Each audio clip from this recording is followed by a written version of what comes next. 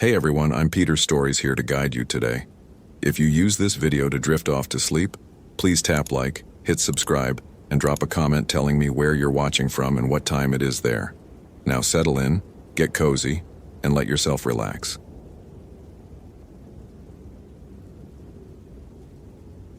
David Ramirez saw it through his Bushnell binoculars at 7:43 p.m., just as the Wyoming sun dropped behind the Absaroka Range and turned Yellowstone's thermal features into pools of liquid shadow.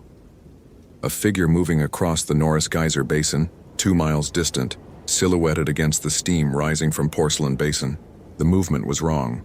Too fluid, too fast, covering ground in a way that suggested the figure wasn't walking but gliding, bones articulating in directions human joints didn't allow.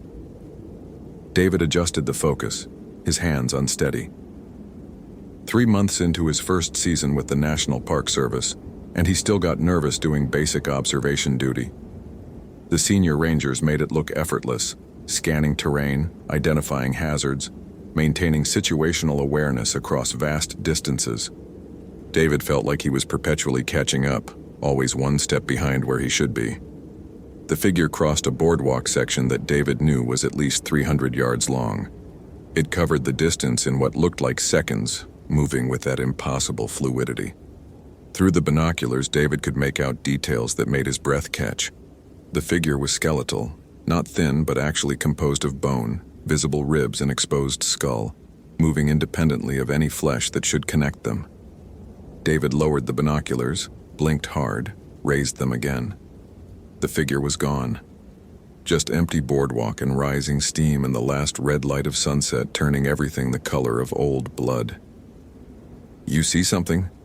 David jumped, nearly dropping the binoculars. Sandra Kim stood behind him, the senior ranger who'd been assigned to mentor him through his first season. She was mid-40s, Korean-American, 15 years with Yellowstone, and possessed the calm competence that David desperately wanted to develop.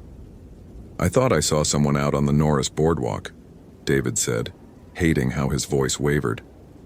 "But they were moving really fast. Probably just the light playing tricks." Sandra took the binoculars, scanned the geyser basin with practiced efficiency. "Norris is closed after sunset. Gates should be locked. You sure you saw someone?" I think so. But the way they moved was weird. Could have been a shadow, or steam patterns." Sandra lowered the binoculars, her expression neutral, but David could read the assessment happening behind her eyes. "New ranger, nervous, seeing things in the twilight. Probably just needs more field time to develop confidence. We'll do a sweep in the morning," Sandra said. "If someone violated closure, we'll find evidence. Footprints off the boardwalk, disturbed mineral deposits. Happens sometimes. Tourists think rules don't apply to them." David nodded, feeling stupid. His first potential violation report, and he was already doubting what he'd seen. This was exactly the kind of thing the senior rangers probably joked about in the break room. Rookie getting spooked by shadows, calling in phantom intruders. They were stationed at the Norris Backcountry Patrol Cabin, a small structure 3 miles from the geyser basin, positioned to monitor one of Yellowstone's most volcanically active areas. The park sat atop a supervolcano, a caldera 45 miles across that had last erupted 640,000 years ago. The ground here was thin, stretched tight over magma chambers that constantly shifted and heated, creating the thermal features that made Yellowstone famous. David had studied the geology obsessively during his training, trying to compensate for inexperience with knowledge. He knew that Norris was the hottest thermal area in the park, with water temperatures exceeding 199 degrees in some features. He knew the ground could be unstable, that boardwalks existed because stepping off them could mean breaking through acidic crust into boiling water. He knew that Yellowstone killed several visitors each year, usually tourists who ignored warnings and paid for their arrogance with their lives. What he didn't know was how to trust his own observations, how to differentiate between genuine threats and the anxiety his mind generated when confronted with vast responsibility. Inside the patrol cabin, Sandra heated MREs on the propane stove while David updated the daily log on his laptop. Standard entries, weather observations, wildlife sightings, maintenance issues noted during the day's patrol. He hesitated before adding, 20:43 hours, possible unauthorized person observed in Norris Basin after closure. Area to be inspected at first light. His phone showed 2 bars of signal, decent for backcountry Yellowstone. In 2019, the park had finally upgraded its cellular infrastructure, installing towers that provided coverage in many previously dead zones.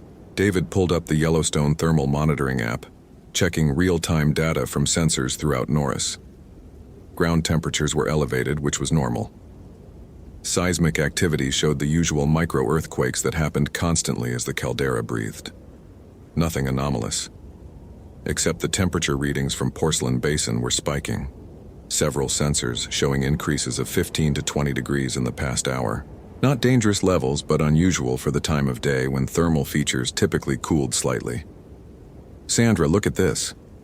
David turned the laptop so she could see the monitoring data. She studied the graphs, her expression shifting from casual interest to focused attention. That's weird. Porcelain doesn't usually show that kind of increase in the evening. Could be a sensor malfunction or actual hydrothermal changes. We should report it. Sandra used the satellite phone to call the Yellowstone Volcano Observatory, speaking to a geologist named Dr. Mitchell, who managed the monitoring network. David listened to one side of the conversation, hearing Sandra describe the temperature spikes with technical precision. After she hung up, Sandra looked troubled. Mitchell says they're seeing similar anomalies across multiple thermal areas. Started about 3 hours ago. He's sending a team out tomorrow to recalibrate sensors and take direct measurements. Wants us to do visual observation tonight if conditions allow. Document any unusual thermal activity. David felt a spike of anxiety. Night observation meant going back out, getting closer to the area where he'd seen the impossible figure. Part of him wanted to refuse, claim fatigue or equipment issues, but another part, the part that had wanted to be a ranger since childhood, that had studied wildlife biology and wilderness management and emergency response, knew that this was the job. The park didn't pause its dangers because a ranger was nervous. They geared up with headlamps, thermal imaging camera, portable weather station, and emergency communication equipment.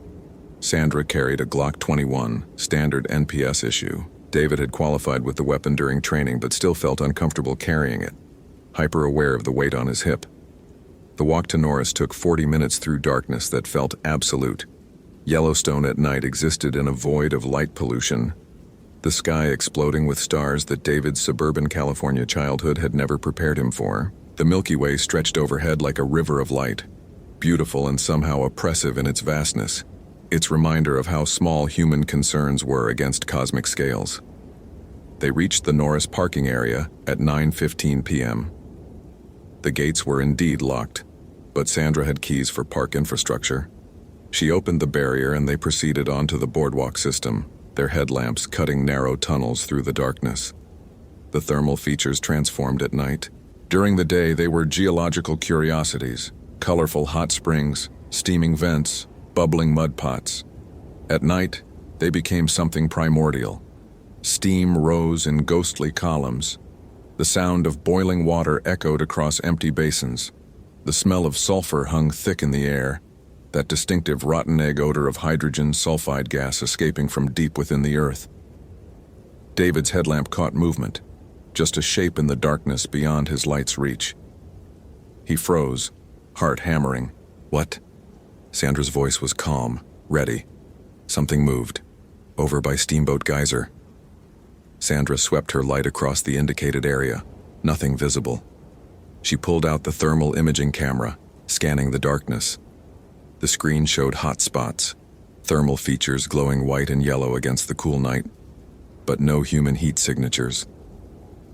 Probably wildlife, Sandra said. Elk bed down near thermal areas in winter. Even in October, they're attracted to the warmth. But it wasn't winter, and elk didn't move the way that shape had moved, silent and predatory and focused. They continued along the boardwalk, documenting temperatures with a handheld infrared thermometer. Sandra was right. Most features showed elevated readings, 5 to 20 degrees above normal evening temperatures. The changes seemed random, affecting different springs and vents without pattern. At Porcelain Basin, the largest concentration of thermal features in Norris, The changes were more dramatic. Multiple springs that normally ran clear were clouded with mineral suspension, indicating underground disturbances. The smell of sulfur intensified to the point where David's eyes watered. Sandra photographed everything, her documentation thorough and professional. David tried to emulate her calm, taking readings and notes, but he couldn't shake the feeling of being watched. Not the casual awareness of wildlife nearby, but the focused attention of something intelligent observing them with purpose. They were halfway through Porcelain Basin when David heard it. A sound like dry bones clicking together, rhythmic and deliberate, coming from the darkness beyond the boardwalk. Click, click, click. Pause. Click, click, click. Like someone drumming finger bones against skull. "You hear that?" David whispered. Sandra cocked her head, listening. For a moment, silence, then the clicking resumed. Closer now, moving in a circle around their position. Sandra's hand moved to her Glock. "That's not wildlife." The clicking intensified, coming from multiple directions simultaneously. David spun, trying to track the sources, but his headlamp showed nothing, just darkness and steam and the pale boardwalk extending into shadow. Then his light caught something, a figure standing 30 yards away, just at the edge of his headlamp's reach. Skeletal. Definitely skeletal. Not a person in costume or an animal carcass, an actual animated skeleton, bones bleached white, empty eye sockets that somehow conveyed attention. David's training evaporated. He grabbed Sandra's arm, pointing. "There, do you see it?" Sandra's headlamp joined his, illuminating the figure more clearly. The skeleton was tall, 7 feet at least, with abnormally long limbs and a skull that seemed slightly too large. It held something in its bony hands. A bow, ancient-looking, made from what might have been bone or wood darkened by age. The skeleton raised the bow slowly, knocking an arrow that David couldn't see. Just the motion of drawing and aiming, but no visible projectile. "Run!" Sandra said, her voice tight with barely controlled fear. "Back to the vehicle. Now." They ran. The boardwalk, designed to protect the fragile thermal features, created a single path with no alternate routes. Behind them, the clicking sound multiplied, accelerated, became a cacophony of bone against bone like a dozen skeletons applauding their retreat. David's lungs burned, from exertion, from the sulfur-heavy air, from pure terror. He joined the Park Service expecting danger from wildlife or weather or human stupidity. Not from animated skeletons that violated every principle of biology and physics he'd learned in 6 years of university education. They reached the parking area and practically fell into Sandra's patrol truck. She started the engine with shaking hands, reversed without checking mirrors, drove too fast down the access road toward the main park highway. Neither spoke for the first 5 minutes. David's mind spun, trying to construct rational explanations. Elaborate prank? Visitors in sophisticated costumes? Some kind of projected image? Nothing fit. The skeleton had been 3-dimensional, casting shadows in their headlamps, moving with the smooth coordination of living bone. Sandra finally broke the silence. "I saw it too. You're not crazy, and I'm not crazy, and we both saw the same impossible thing." "What was it?" "I don't know. But it was real. Physical. And it was hunting us." Sandra drove to the Norris Ranger Station, a larger facility with staff and communication equipment and the safety of other humans. She reported the incident to the shift supervisor, a 20-year veteran named Tom Whitman who listened with increasing concern. "You're sure it wasn't someone in costume?" Tom asked. "I know what costumes look like," Sandra replied, her voice steady despite the fear David could see in her eyes. This was skeletal. Actual bone, moving independently without musculature or connective tissue. Tom looked at David. "Can you corroborate?" David nodded. "I saw it first through binoculars at sunset, moving across the boardwalk.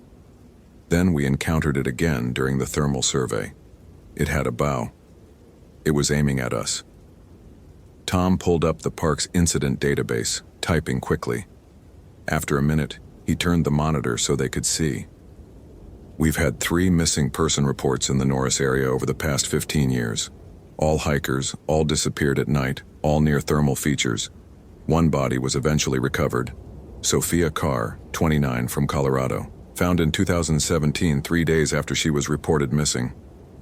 He pulled up the case file. David read the details with growing dread.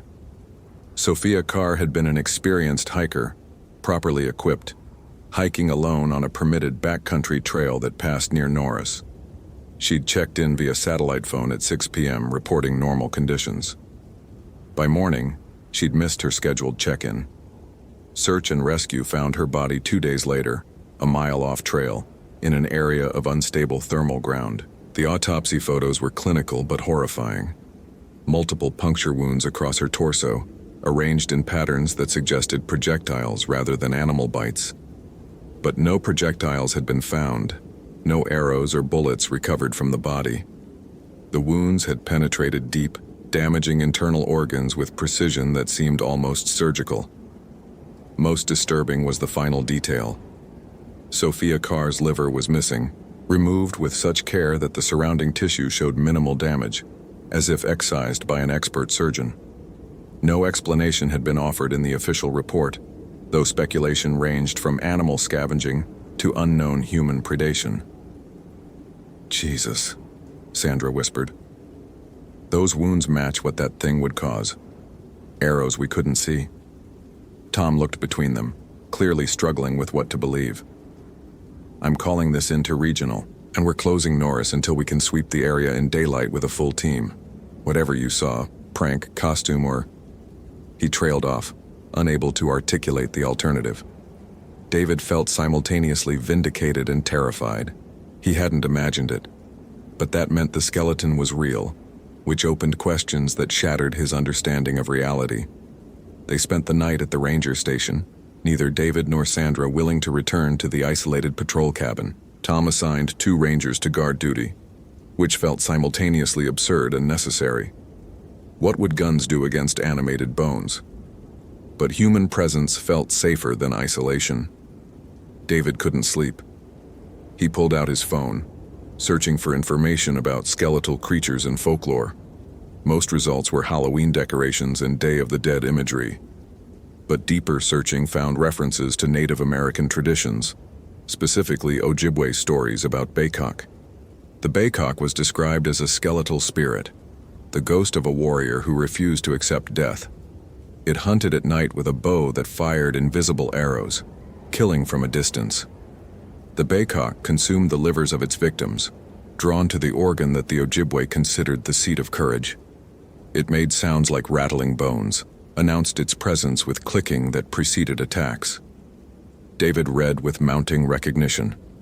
Every detail matched what they'd witnessed. But the Ojibwe were Great Lakes peoples, their traditional territories hundreds of miles east of Wyoming. Why would their mythology appear in Yellowstone? He dug deeper, finding academic papers about indigenous presence in the Yellowstone region. The land had been home to multiple tribes, Shoshone, Crow, Blackfeet, and others, for over 11,000 years before becoming a national park in 1872. The tribes had been forcibly removed, their sacred sites absorbed into park territory, their stories dismissed as primitive superstition by the white administrators who claimed the land. But trade routes had connected tribes across vast distances. Ojibwe traders had traveled west. Stories had spread, adapted, found new contexts in different territories, and Yellowstone itself was a thin place, geologically unstable, volcanically active, a landscape where the boundary between Earth's surface and the magma below was measured in miles rather than continents. What if the Baycock wasn't just Ojibwe mythology? What if it represented something that existed in multiple forms across multiple cultures? A spirit or entity that was drawn to places where death came easily, where the ground itself could kill, where humans were perpetually vulnerable. David presented his findings to Sandra and Tom at dawn. Sandra listened with the focus of someone whose worldview had shattered overnight.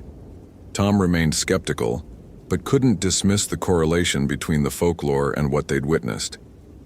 Even if we accept this theory, Tom said carefully, what do we do about it?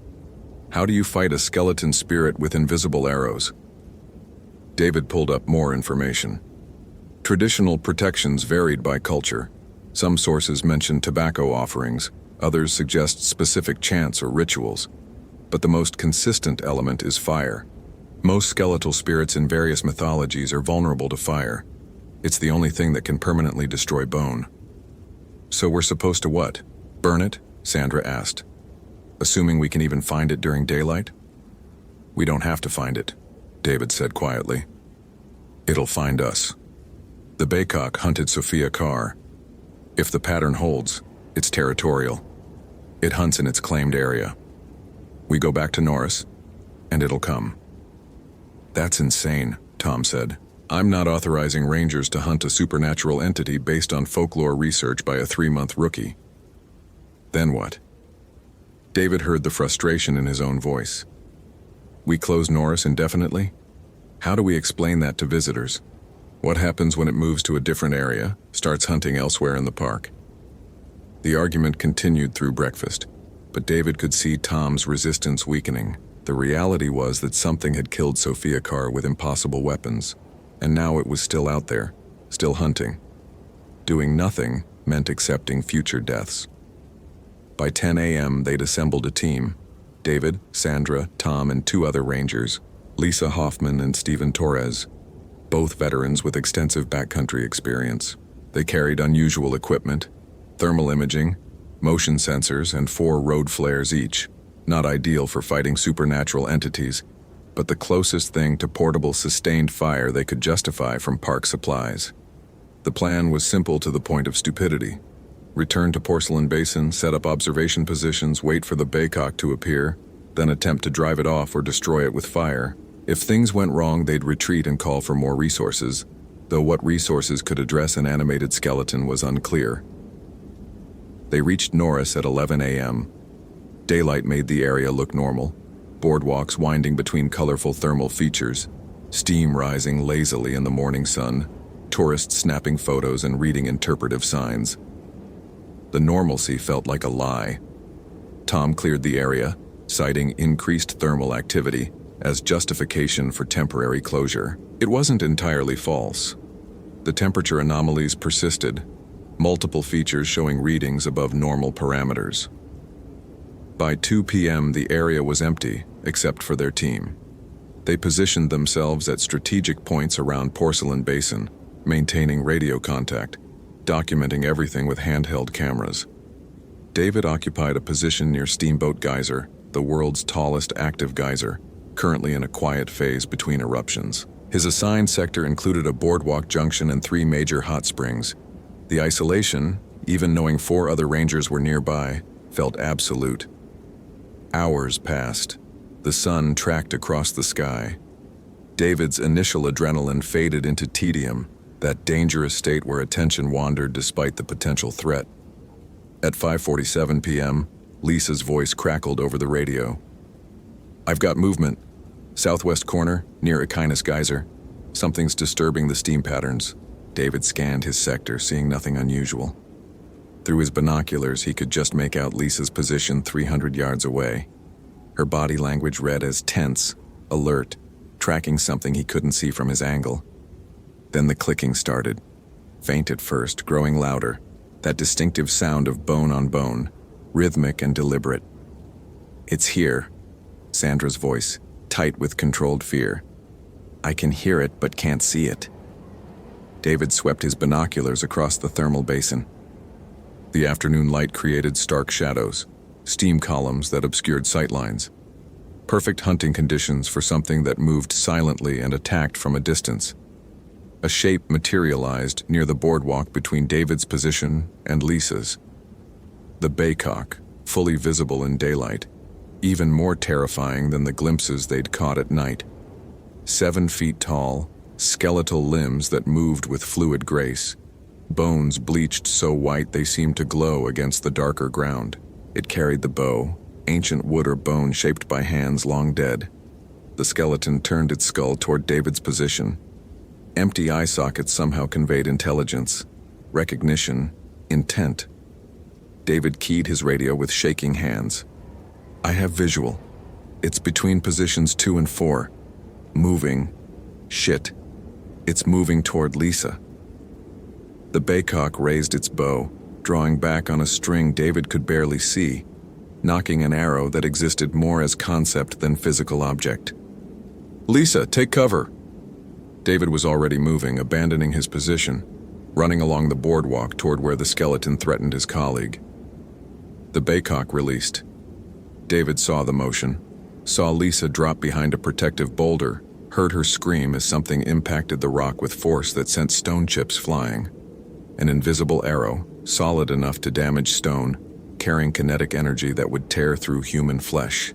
Tom and Stephen converged from their positions, forming a loose perimeter around the baycock. The skeleton didn't retreat.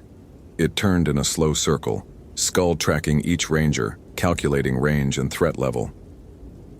"On my mark," Tom's voice over the radio, steady despite the impossibility they faced. "Light flares in advance, drive it toward the main basin." David pulled a road flare from his pack, struck it against the igniter. The flare burst into brilliant red flame, chemical fire that burned at over 2,200 degrees. Around the perimeter, 4 more flares ignited, creating a ring of fire.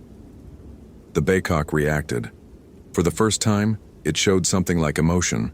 The skull tilted back, jaw dropping open in what might have been a scream, though no sound emerged. It turned away from the flames, moving with that impossible speed toward the center of Porcelain Basin. "Advance," Tom ordered. They moved forward in coordinated formation, years of training overriding the terror of fighting something that shouldn't exist. The flares cast harsh red light, creating shadows that danced across the thermal features. The baycock backed toward a large hot spring, one of the deepest features in the basin, water temperature exceeding 180 degrees. It raised the bow again, firing rapid shots, invisible projectiles that forced the rangers to dodge and weave, disrupting their advance. David felt something pass his cheek, close enough to feel the air displacement. An invisible arrow, missing by inches. He stumbled, nearly fell off the boardwalk into fragile thermal crust that would collapse under his weight. Sandra reached him, pulled him back onto stable ground. "Stay focused. Don't look at it directly. Track its movements, not its eyes." Good advice. Looking into those empty eye sockets created a hypnotic effect, a sense of vertigo that threw off balance and judgment. They pressed forward, flares held high, driving the baycock toward the hot spring. The skeleton backed to the edge, bones inches from superheated water that would boil flesh in seconds. Not that it had flesh to boil. The baycock fired one final arrow. Stephen Torres cried out, falling, his left leg suddenly bleeding from a wound that appeared without visible cause. The invisible arrow had punched through his thigh, severing muscle and grazing bone. Lisa broke formation, running to Stephen, applying pressure to the wound while speaking into her radio. "Officer down. We need immediate medical evac." The baycock took advantage of the disruption. It turned and dove into the hot spring, bones entering superheated water that should destroy organic material instantly. But instead of dissolution, the skeleton sank beneath the surface and kept moving, descending into depths that should be impossible, disappearing into the hydrothermal system that connected Norris's thermal features to the magma chambers miles below. David ran to the spring's edge, looking down into water so hot it actually boiled, creating bubbles that rose through liquid that ranged from clear to milky white depending on mineral content. No sign of the baycock, no bones floating, no evidence it had ever been there except Stephen's bleeding leg and the stone chips where invisible arrows had struck. The helicopter evacuation took 30 minutes to arrive, 30 minutes of applying pressure to Stephen's wound while he remained conscious but in shock, talking about seeing arrows that weren't there, about the skeleton's empty gaze. They transported him to the hospital in Mammoth, where doctors documented a puncture wound consistent with a projectile, but complicated by the lack of any foreign material. No arrowhead, no bullet fragments, nothing that explained the damage. The team returned to Norris Ranger Station in silence. Tom filed an incident report that documented an animal attack of unknown origin resulting in ranger injury. Sandra submitted her photographs and thermal imaging data, all of which showed the baycock clearly. Skeletal figure, visible in multiple wavelengths, physical enough to show up on sensors, but composed of material that defied biological classification. David wrote his own report, including the folklore research, the correlation with Sophia Carr's death, the theory that the baycock was a spirit drawn to Yellowstone's thermal features, using the hydrothermal system as a kind of hunting ground or refuge. Tom read David's report with an expression of exhausted acceptance. "You know this will never be officially acknowledged. The NPS doesn't investigate supernatural threats. Best case, we classify Norris as a high-risk area and increase patrols. Worst case, nothing changes and we wait for the next death." "What about closing it permanently?" Sandra asked. "On what grounds? Thermal danger exists throughout Yellowstone. We can't close half the park because a ranger with 3 months' experience claims he saw a skeleton ghost." David felt anger flare, hot and immediate. "Stephen has a hole in his leg from an invisible arrow. That's not a claim, it's evidence." "Evidence of what?" Tom's voice was tired, not dismissive. "Something attacked him. We don't know what. The photos show something. But try explaining to the Department of Interior that we need to close a major tourist attraction because of indigenous mythology. It won't happen." But it did happen in a way. Over the following weeks, Norris developed a reputation. Guides began avoiding sunset tours of the thermal basin. Rangers requested transfers away from the area. Visitors reported bad feelings and strange sounds when hiking near the geyser features after dark. The Park Service responded by reducing evening access, implementing earlier closure times, increasing signage about thermal dangers. Official explanations cited increased seismic activity and thermal instability. The truth, that something hunted in the superheated waters, something that fit indigenous legends but violated modern understanding, remained contained within a small group of rangers who'd witnessed it. David completed his first season with the NPS, but the experience had transformed him. He was no longer the uncertain rookie doubting his own observations.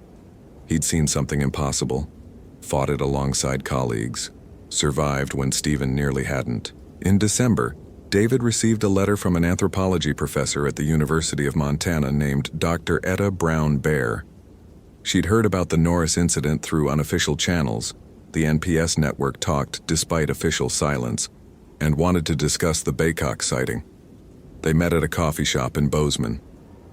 Dr. Brown Bear was Northern Cheyenne, mid-50s, an expert in indigenous religions and mythology of the Great Plains and Rocky Mountain regions. "The Baycock is Ojibwe," she explained over coffee. "But similar entities exist across North American indigenous traditions.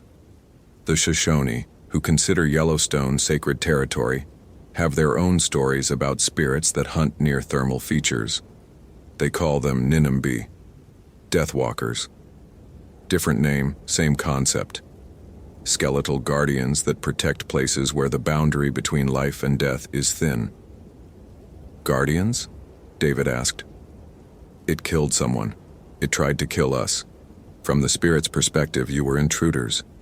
Yellowstone was indigenous land for 11,000 years before white settlers created a national park. The thermal features were sacred, places where the earth spoke, where spirits moved between worlds. Your park boundaries don't mean anything to entities that predate human politics by millennia." David considered this. "So what do? We can't give Yellowstone back to the tribes, and we can't let people be hunted by skeleton spirits. You do what your ancestors should have done originally," Dr. Brown Bear said quietly.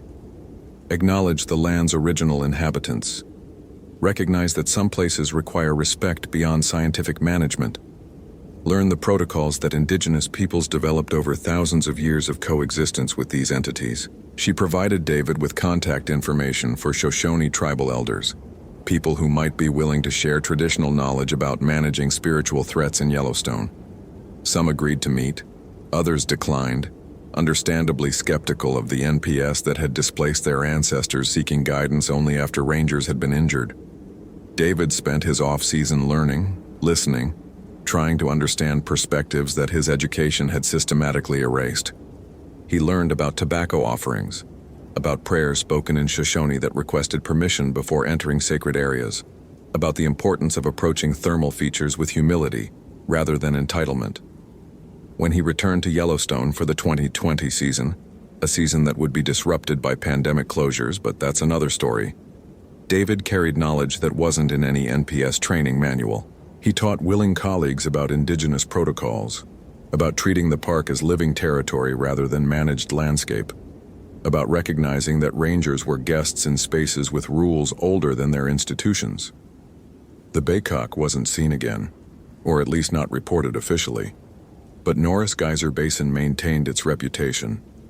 Experienced rangers felt the wrongness there, the sense of being watched by attention that preceded human presence in the region. Stephen Torres recovered but transferred to Grand Canyon National Park, unable to return to Yellowstone without panic attacks. Sandra stayed, becoming one of David's strongest allies in trying to implement indigenous perspectives in park management. David kept all the documentation, photos, thermal imaging, incident reports, his correspondence with Dr. Brown Bear, evidence of the moment his understanding expanded to accommodate reality more complex than his training had suggested. On quiet nights at the Norris Patrol Cabin, which David now volunteered for despite its isolation, he would sometimes hear clicking sounds in the darkness beyond the windows. Not threatening, just present. A reminder that the land remembered its history even if the nation built atop it chose to forget. David had come to Yellowstone as a rookie, uncertain and overwhelmed by vast responsibility. He left his first season transformed, carrying knowledge that most rangers never acquired, that the natural world included elements that defied scientific paradigms, that indigenous wisdom preserved truth that Western institutions dismissed as superstition, that being a good ranger meant respecting powers beyond human authority. The Baycock hunted still, David believed, but perhaps it hunted with discrimination, targeting those who approached the land with arrogance, who ignored warnings, who believed human dominion extended to spaces that predated human presence. Sophia Carr had been experienced but alone, hiking at night through territory that indigenous peoples would have recognized as spiritually dangerous. She'd been brave and the land had killed her, not as punishment, but as consequence of violating protocols she'd never been taught.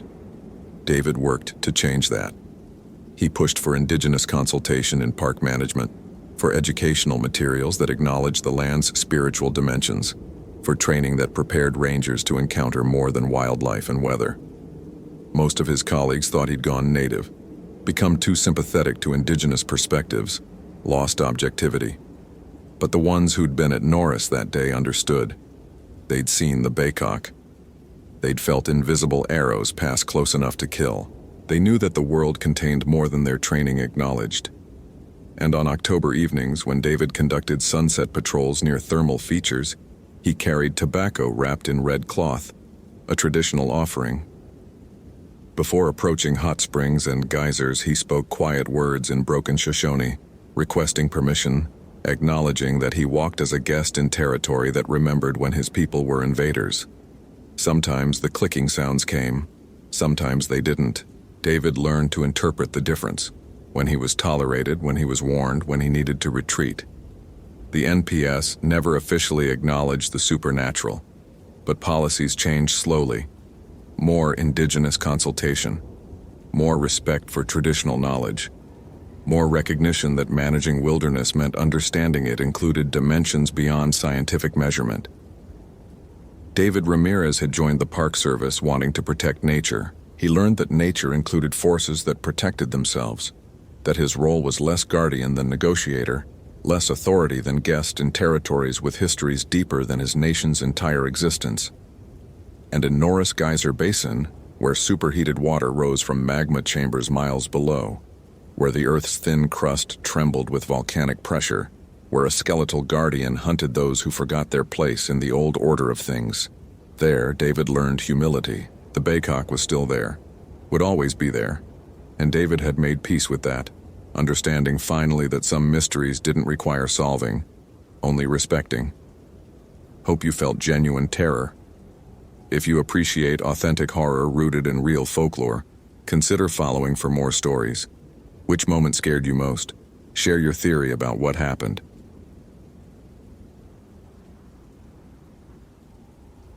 The Canon EOS 5D Mark II had been submerged in Hidden Lake for 3 days before hikers found it wedged between rocks at the shoreline. The camera body was ruined, water damage destroying the electronics, but the CF memory card survived. Emily Sorensen downloaded the images in the Glacier National Park Ranger Station, expecting the usual tourist shots: wildflowers, mountain vistas, maybe a bear at a safe distance. Instead, she found 93 photographs documenting Nathan Drake's final 36 hours. Each image time-stamped, each one progressively more disturbing than the last. The early photos were normal. Nathan at the trailhead, backpack secured, grinning at the camera held at arm's length. The classic selfie of someone embarking on a solo backcountry adventure. He was 34, from Seattle, an amateur photographer who'd obtained permits for a 3-day hike through Glacier's remote northern sector. His emergency contact, his sister in Portland, had reported him missing when he'd failed to check in on September 18, 2011. Emily clicked through the images chronologically. Nathan hiking along the trail, a marmot on a boulder, the sun setting over mountains that rose like cathedral spires against an impossibly blue Montana sky. Then around photo 47 things changed. The image showed Nathan's campsite at dusk, tent pitched near the tree line, Hidden Lake visible in the background. But in the lower right corner, barely visible in the failing light, a figure stood among the pines. Too distant to make out features, but the posture suggested someone watching, motionless, for however long it took Nathan to notice and snap the photo. Emily zoomed in on her laptop screen. The figure was tall, dressed in what looked like dark clothing or perhaps just shadow. The resolution wasn't good enough to determine details, but something about the stance felt wrong. Too still, too focused, predatory, in a way that made Emily's ranger instincts flare with warning. The next several photos were blurred, as if Nathan had been moving quickly, or his hands had been shaking. One showed the interior of his tent, equipment scattered in what might have been hasty packing. Another captured the forest at night, flash creating harsh contrasts, illuminating tree trunks like bone-white pillars against absolute darkness. Photo 53 showed the figure again, closer now. Close enough that Emily could make out a face, pale, gaunt, with eyes that caught the camera flash and reflected it back like an animal's tapetum lucidum. Except humans didn't have reflective eyes. Humans didn't stand motionless in the forest while someone photographed them at close range. Emily felt her stomach tighten. She'd been with Glacier's law enforcement division for 11 years. The last 5 as a supervisory ranger, responsible for search and rescue coordination. She'd seen bodies recovered from avalanches, from falls, from exposure and wildlife attacks and human stupidity. But these photos suggested something different, something that made her professional detachment waver. The images continued. Nathan running, the camera bouncing, capturing disjointed fragments, trail, sky, trees, his own boots as he stumbled. Then a series of photos taken from inside his tent, flash showing the nylon walls, his face reflected in the tent fabric's interior surface, eyes wide with fear. And outside the tent, visible through the translucent nylon, multiple shadows. 3, maybe 4 figures, circling, patient. Photo 68 showed daylight again. Nathan had survived the night. The image captured his camp in morning light, everything apparently normal except for the footprints. Dozens of them, bare feet in the dirt around his tent, pressed deep despite the dry ground, toe impressions showing abnormally long digits. Emily photographed her laptop screen with her phone, capturing the footprint image. She'd need to compare these to known wildlife tracks, though she already knew they wouldn't match. Too humanoid, too deliberate in their placement. The later photos documented Nathan's apparent flight. Hasty shots of trail markers, GPS unit readings, his map spread on the ground as he tried to determine position. One image showed his face in extreme close-up, probably accidental, but Emily could see the exhaustion and terror etched there. Dirt streaked his cheeks.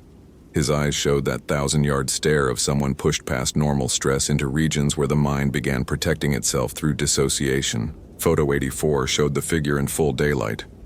It stood perhaps 20 yards from Nathan's position, fully visible, impossible to dismiss as shadow or imagination. The thing was humanoid, but wrong. Too tall, over 7 feet, emaciated to the point where bones pressed against skin that had the gray-blue pallor of a corpse several days into decomposition. Its face was elongated, jaw distended, mouth hanging open to reveal teeth that seemed too numerous, too sharp, arranged in rows that suggested shark more than mammal. But the eyes were the worst part. They held intelligence, recognition. This wasn't an animal. It was something that had been human, or something that knew what humans were and how to hunt them. The final photos were chaotic. Nathan running again, the camera capturing whatever happened to be in front of him. Lakefront, rocks, sky. Then a series of images that showed water. Hidden lake, Emily realized. Nathan had reached the lake. Several photos taken from chest-deep water, showing the shoreline, the forest, the figures emerging from the trees. 3 of them now, clearly visible, all sharing that same corpse pallor, that same impossible height, those same predatory eyes that reflected light with colors humans shouldn't produce. Yellows and reds, like flames behind glass. Photo 92 showed one figure wading into the water, moving with purpose despite the cold that should have shocked any living system. Glaciers' alpine lakes were snowmelt, temperatures hovering just above freezing even in September. The final image, photo 93, was black, complete darkness, or perhaps the camera had been underwater when the shot was taken. The timestamp read, September 17, 2011, 6:47 p.m. Nathan Drake had not been seen since. Emily sat back from the laptop, her hands trembling slightly. She'd expected this assignment to be straightforward. Coordinate the search, recover a body. Statistics said Nathan was dead after this many days. File the appropriate reports. Return home to Kalispell and her 2 daughters who were staying with her mother while Emily worked this case. Instead, she had 93 photographs suggesting something that violated her understanding of how the world worked. Her phone rang. Emily checked the caller ID, her mother. "Hi, Mom." "Emily, honey, the girls are asking when you'll be home." "I told them probably tonight." Emily looked at the laptop screen, at the image of the figure wading into Hidden Lake, hunting Nathan Drake with the patience of something that didn't need to eat or sleep or rest, something that could pursue prey until exhaustion made resistance impossible. "I need another day, maybe 2. We found the missing hiker's camera. There are some complications with the case." "Complications?" Her mother's voice carried concern. "Emily, you've been working too much. Sarah's school play is Friday. You promised you'd be there." "I know. I will be. I just need to close this case first." After she hung up, Emily sat with the guilt that had become her constant companion since her husband Mark's death 3 years ago. Heart attack at 37, sudden and catastrophic, leaving Emily with 2 daughters to raise and a job that required weeks away from home. Her mother helped, but Emily knew she was leaning too hard on that support, knew her girls needed their mother more than the park needed another ranger.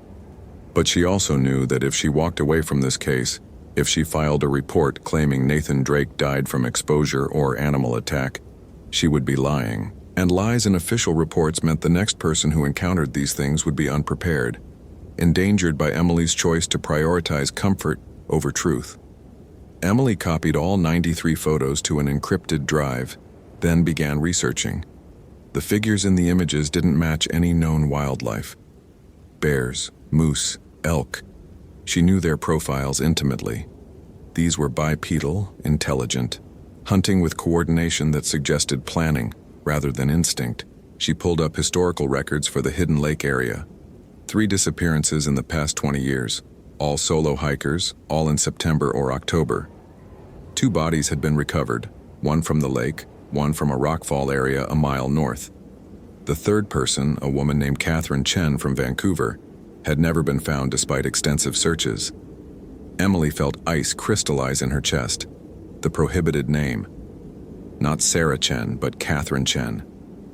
She pulled up the full case file from 2006. Catherine had been 31, experienced backpacker hiking alone on a permitted route. Her last journal entry mentioned feeling watched and unusual wildlife behavior, birds avoiding certain areas. The body recovered from Hidden Lake in 2009 showed unusual trauma. Emily read the medical examiner's report with growing dread. Multiple bite marks, pattern inconsistent with known predators. Evidence of exsanguination beyond what the visible wounds could explain. Post-mortem, the ME had been careful to emphasize post-mortem. Someone or something had been feeding on the corpse. Emily stood, needing movement, needing to escape the claustrophobic ranger station. Outside, September afternoon sun illuminated Glacier's peaks, mountains carved by ice over millions of years, rising 10,000 feet into air so clear it hurt to see. Beautiful and deadly, this landscape killed people every year through falls and exposure and simple mistakes that nature punished without mercy. But what if nature wasn't the only predator? Emily radioed Tom Jackson, the lead ranger for the Northern District. "Tom, I'm heading to Hidden Lake to investigate the Drake case. Need to examine the site where the camera was recovered." "Copy that. Want company?" Emily hesitated. Standard protocol said yes. Never investigate alone. But she didn't know what she was investigating, didn't know how to explain the photos without sounding delusional. "Negative. I'm just doing a preliminary survey. If I find anything significant, I'll call for backup." "Your call. Be safe. Weather's changing. We've got a front moving in tonight." Emily packed her emergency gear. Motorola radio, GPS, first aid, water, food, headlamp, space blanket. She also packed her Glock 22, .40 caliber rounds that she'd qualified with but hoped never to use. The weapon felt heavier than usual. Or perhaps Emily just felt the weight of decisions she might have to make. The drive to Hidden Lake Trailhead took 90 minutes through some of the most spectacular scenery in North America. Going to the Sun Road wound through terrain that changed from dense forest to alpine meadow to bare rock above treeline. Emily barely noticed. Her mind kept returning to the photos, to those figures with their corpse pallor and predatory patience. She reached the trailhead at 3:30 p.m. The hike to Hidden Lake covered 3 miles with 1,500 feet of elevation gain. Emily made good time, her body remembering the rhythm of mountain travel, even as her mind wrestled with what she might find. Hidden Lake appeared at 5:15 p.m., a pristine alpine tarn surrounded by peaks still bearing last winter's snow. The water was impossible blue, that distinctive glacial melt color created by suspended rock flour, beautiful and lethal. Swimmers lasted minutes in water this cold.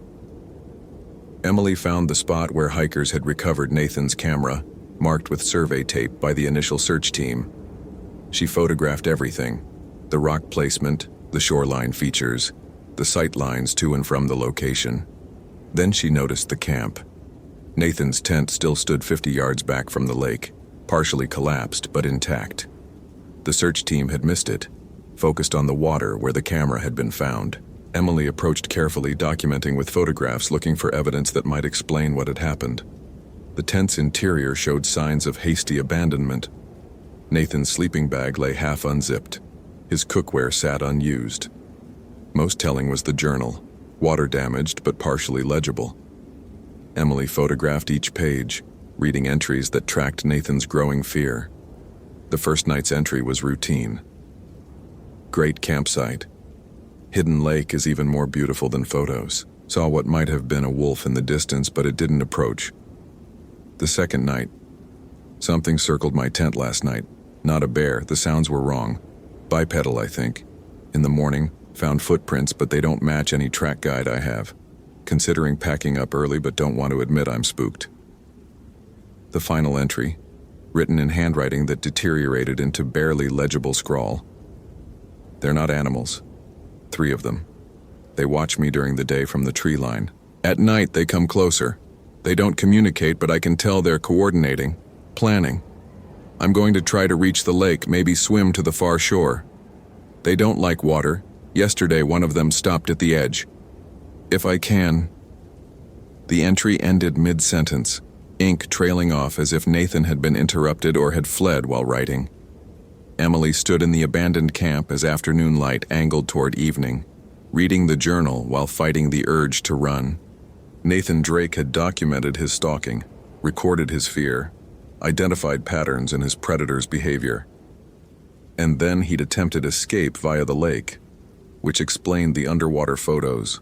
The camera wedged in rocks after Nathan had dropped it or lost it while swimming. But had he made it? Had Nathan reached the far shore and continued fleeing, leaving his camera behind? Or had the things that hunted him proven capable of pursuing prey even into freezing water?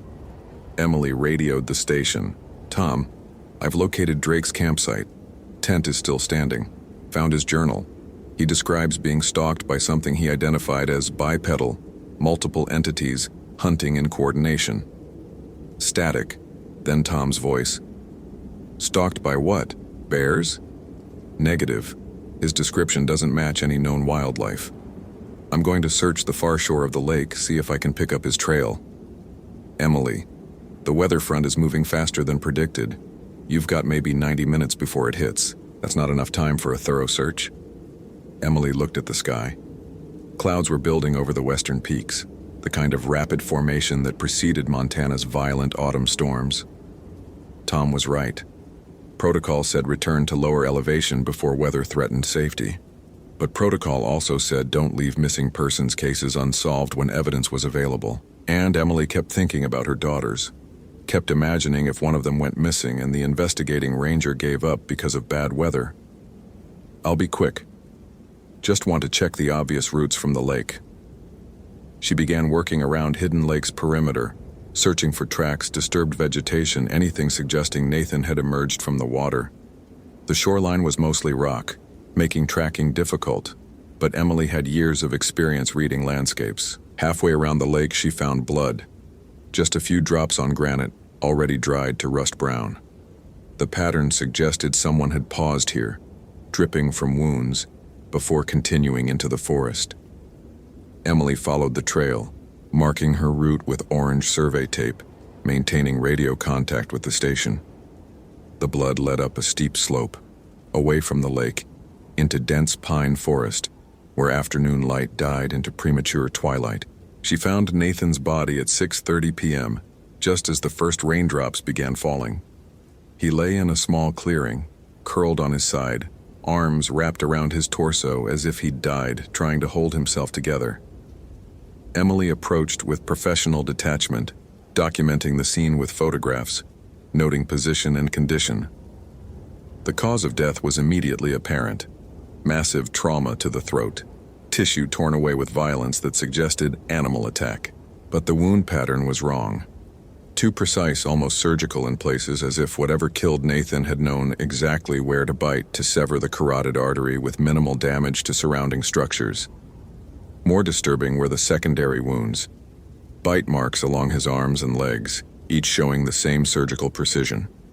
The bites had bled minimally, which Emily's training told her meant they'd been inflicted post-mortem, after Nathan's heart stopped pumping. Someone or something had been feeding on Nathan Drake's corpse.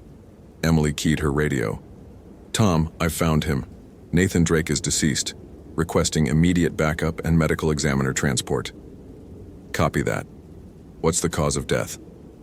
Emily looked at the body, at the wounds that would generate questions she couldn't answer with official language. "Animal attack, trauma to the throat. But there are unusual aspects to the wounds. We'll need a full forensic examination." "Understood. I'm dispatching a team, but the weather's deteriorating fast. They might not reach you until morning. Can you secure the site overnight?" Emily looked at the darkening forest, at the rain intensifying from drizzle to downpour, at Nathan's mutilated body lying in the clearing. Every instinct screamed to leave, to hike back to the trailhead and wait for backup in safety. But leaving meant the site would be unprotected overnight, evidence potentially contaminated or destroyed, and if the things that killed Nathan were still in the area. "I'll secure the site," Emily said, her voice steadier than she felt. "Setting up camp now." She erected her tent 50 yards from the body, maintaining visual contact while creating some psychological distance. The rain became torrential, that distinctively cold Montana rain that presaged early snow. Emily worked quickly, securing her camp, establishing a perimeter with survey tape, documenting everything before darkness made photography impossible. By 8 p.m., full night had fallen. Emily sat in her tent with her laptop, reviewing the photos she'd taken, trying to make sense of what had killed Nathan Drake. The wounds showed bite patterns from something with human-like teeth, but arranged differently, multiple rows suggesting a mouth that could unhinge like a snake's. The precision of the bites indicated intelligence, purpose beyond simple feeding. And the fact that most bites occurred post-mortem suggested the attack wasn't driven by hunger, but by something else. Ritual, perhaps, or a pattern Emily's framework couldn't accommodate.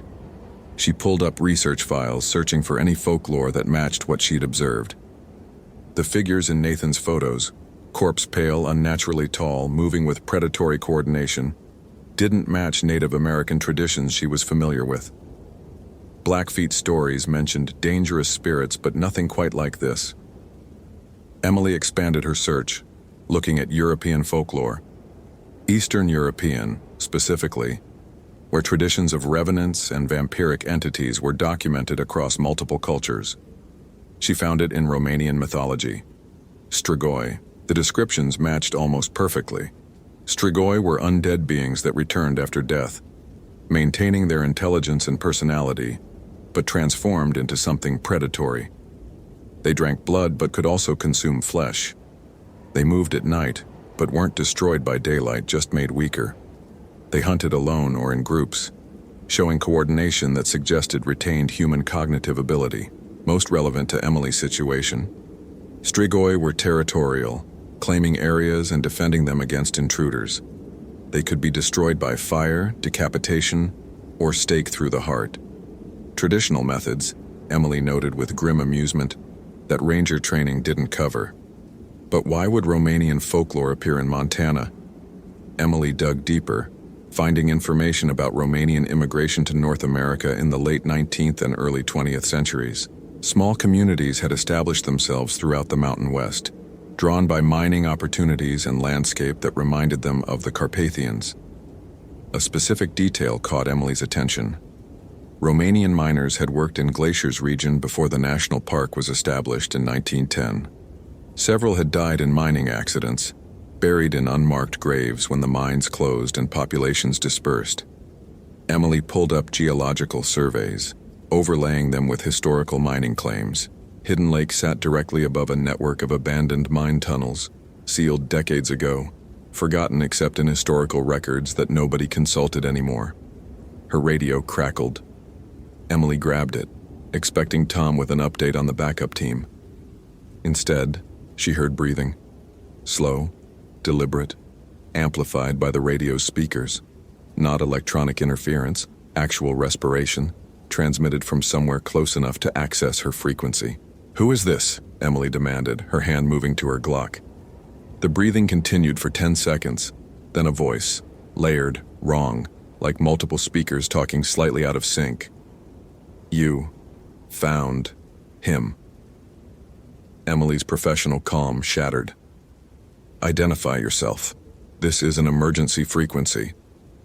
We gave him 3 days. He ran. They always run." The transmission ended with a click. Emily stared at the radio, her training and experience providing no framework for what she'd just heard. Someone or something had accessed her frequency, spoken about Nathan Drake like he'd been prey in a hunt, used pronouns that suggested multiple entities sharing communication.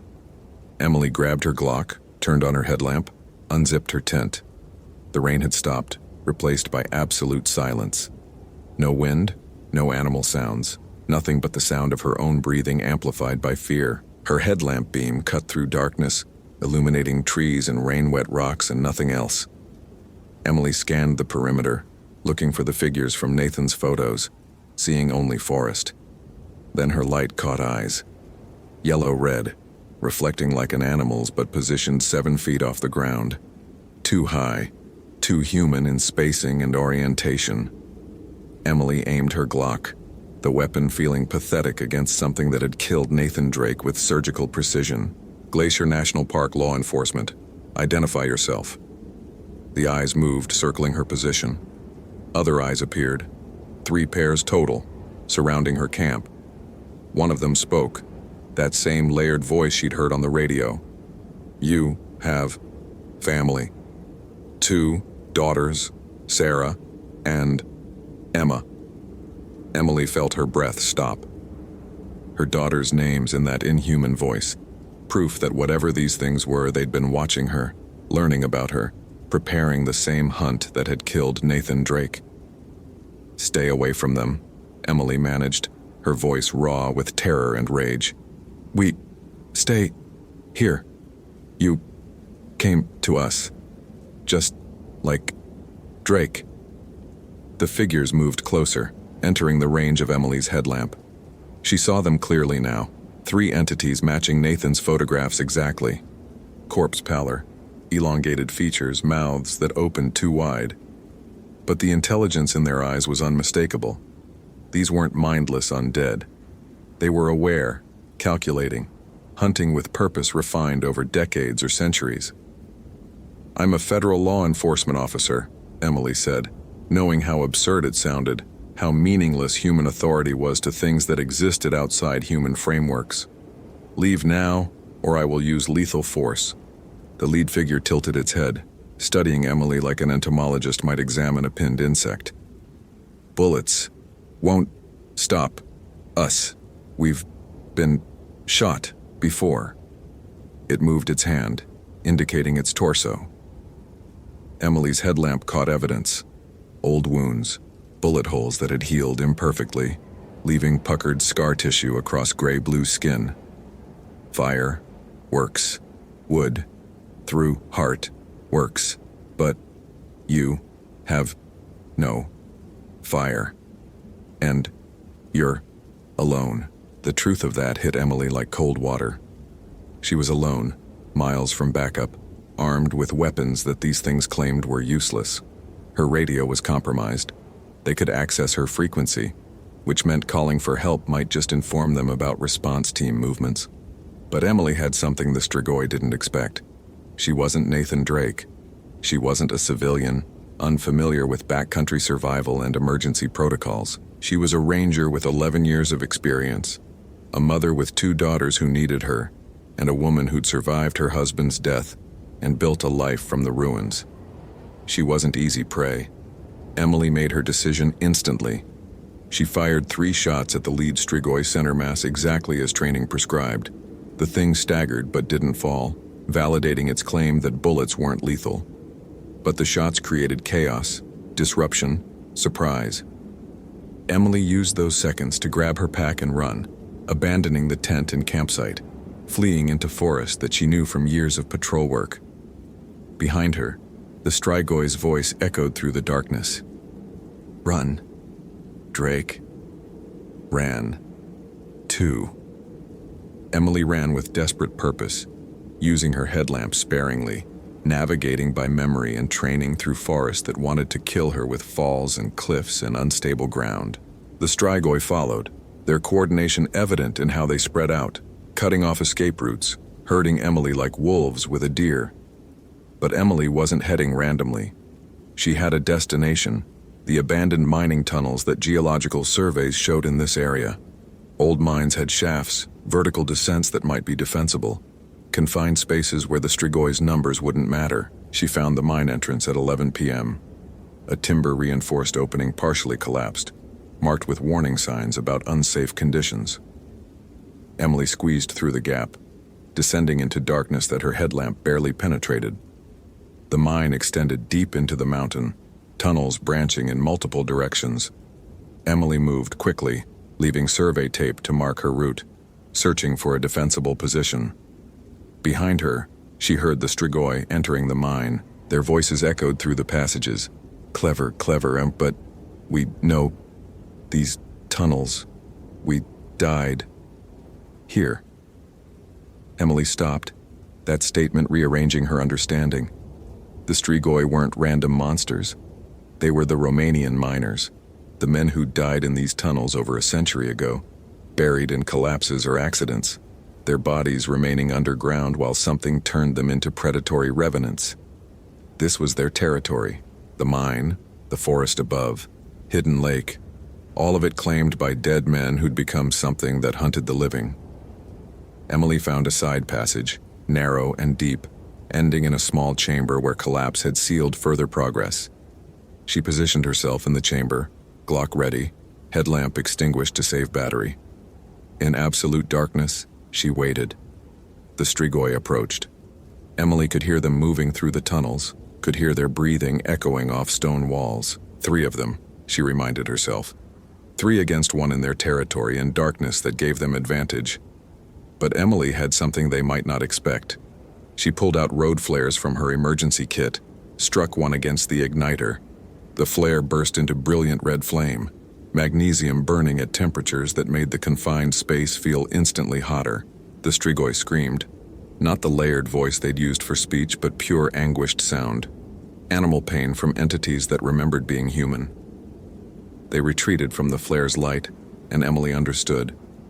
They weren't lying about fire being effective. The light and heat damaged them in ways bullets couldn't.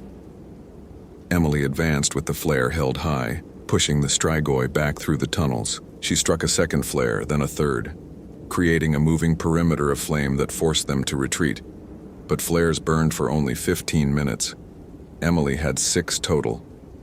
90 minutes of protection, after which she'd be defenseless again. She needed a permanent solution.